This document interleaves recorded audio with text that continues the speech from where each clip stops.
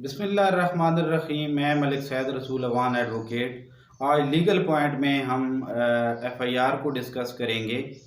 कि जब भी कोई वक़ूआ सरज़द होता है या जुर्म सरज़द होता है तो सबसे पहले आप देख रहे हैं उस जुर्म को या आप विक्टिम हैं, आपके साथ हुआ है, तो फ़ौरन जो है 15 पे कॉल करके पुलिस को इत्तला करें। इस 15 की कॉल का बहुत ज़्यादा फ़ायदा होता है, ये रिकॉर्ड हो जाती है और जब अदालती प्रोसीडिंग्स होती हैं तो ये उस वक़्त बहुत ज़्यादा फ़ायदेमंद साबित होती है। इसके बाद जो सबसे बेसिक चीज़ है जो आम मुआशरे में देखा गया है कि कोई भी वक़ूआ सरज़द होता है तो उसके ख़िलाफ़ हम ज़्यादा से ज़्यादा लोगों को शामिल करने की कोशिश करते हैं और इन्वॉल्व करते हैं, जो कि हमारे मुकदमे के लिए नुकसानदेह चीज़ है। क्योंकि जब आप कहते हैं कि जी फ़लाँ बंदा सरकारी मुलाज़िम है, उसको फंसाएँ, फ़लाँ बंदा इसका रिश्तेदार है, उसको फंसाएँ, तो ये जब झूठ आप ले आते हैं तो फिर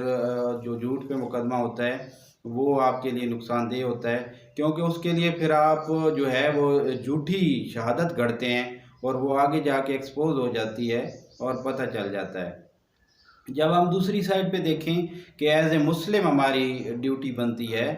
कि हम इंतकाम पे जज्बाती कौम हैं और इंतकाम पे उतर आते हैं और अगर किसी ने कोई जुर्म किया है तो हम उससे ज़्यादा जो है उसके साथ करने के लिए तुल जाते हैं। तो आप हमेशा कानून का दरवाज़ा नाक करें और जितना ऑफेंस कमिट हुआ है वही रिपोर्ट करें।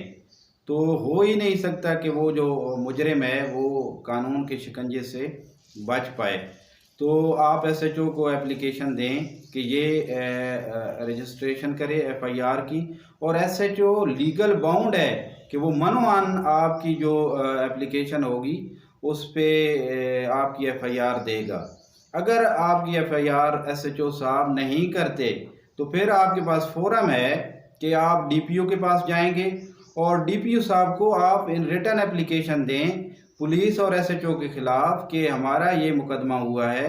हमारे साथ ये जुर्म सरज़द हुआ है, हमारी सुनीद नहीं हो रही और एसएचओ साहब हमारी जो एफआईआर है वो नहीं दे रहे। तो हमेशा आप रिटन में दें। हम क्या करते हैं कि हम जाते हैं किसी भी ऑफिशियल जो सरकारी मुलाजिम है उसके ख़िलाफ़ जब काम नहीं कर रहा तो वर्बली जाके कह देते हैं ज़बानी कलामी तौर पे कि ये बंदा फ़लाँ बंदा हमारा काम नहीं कर रहा, तो उसको वो दबकी लगा देता है और हम खुश होकर आ जाते हैं, तो इसका कोई फ़ायदा नहीं होता। बल्कि किसी भी ऑफिशियल के ख़िलाफ़ आप जाते हैं नेक्स्ट फोरम पे तो आप रिटन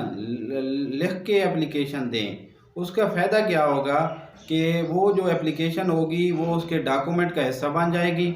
और उसकी असेसमेंट जो है उसी पे बेस करेगी, और जब उसकी प्रमोशन का टाइम आएगा तो वो जो असेसमेंट होगी वो उसके उसमें बहुत ज़्यादा उसका अमल दखल होगा।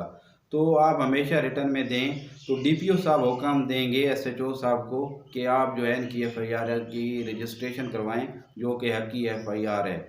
अगर आपकी एसएचओ भी बात नहीं सुनता, डीपीओ भी बात नहीं सुनता, तो फिर आपके पास फोरम है, आप वो सेशन जज साहब के पास 22A 22B की दरख्वास्त देंगे और उसमें इस्तदा करेंगे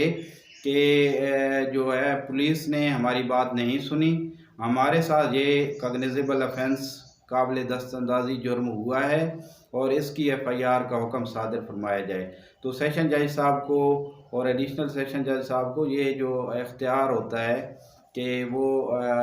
जस्टिस ऑफ पीस का कि वो उनको हुक्म दे सकते हैं कि एफआईआर का इंदराज करवाया जाए। तो